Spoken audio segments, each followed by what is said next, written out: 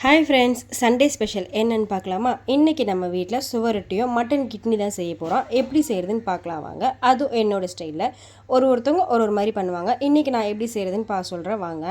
First இந்த சுவரொட்டி மேலே அந்த கண்ணாடி மாதிரி ஒன்று இருக்கும் இல்லையா, அது கையிலேருந்து பிச்சு எடுத்தாலே வந்துடும். அது ஃபுல்லாக க்ளீன் பண்ணி எடுத்துக்கலாம். எடுத்துகிட்டு நெக்ஸ்ட்டு ஒரு கடாயில் வெறும் நம்ம அப்படியே கட் பண்ணோன்னா அதில் இருக்கிற ப்ரெட்லாம் வேஸ்ட்டாக தண்ணீரே போயிடும். நம்ம இந்த மாதிரி கடாயில் போட்டு உப்பு கொஞ்சமாக மஞ்சத்தூள் போட்டு ஒரு 2 கொதி, ரொம்ப கொதித்து வேகணுன்ற அவசியம் இல்லை, ஒரு 2 கொதி கொதிச்சா போதும்.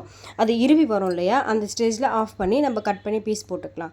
அதுக்கு முன்னாடி நம்ம கட் பண்ணோன்னா அதில் இருக்கிற ப்ளட்டெல்லாம் வேஸ்ட்டாக போயிடும். அதுதான் சத்து இல்லையா, அதுக்காக தான். இந்த மாதிரி ட்ரை பண்ணி பாருங்கள்.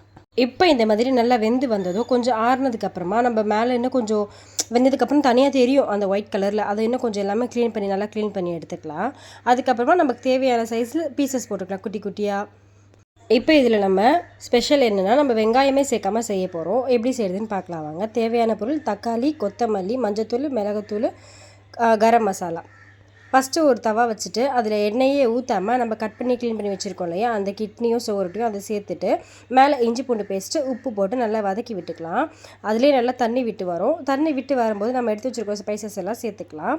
சேர்த்துட்டு அதோடு நல்லா வதக்கி விட்டுக்கலாம். இப்போ இந்த ஸ்டேஜில் நம்ம ஆயில் சேர்க்க தேவையில்ல, நான் சொல்லும்போது சேருங்க.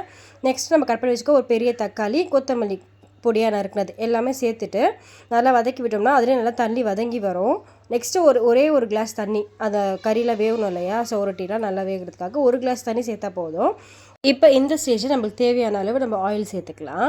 சேர்த்துட்டு நல்லா கொதித்து வரும்போது தட்டு போட்டு மூடிடலாம். நல்லா தண்ணியில் வற்றியதுக்கப்புறம் இந்த மாதிரி எண்ணெய் பிரிஞ்சு தனியாக வரணும்.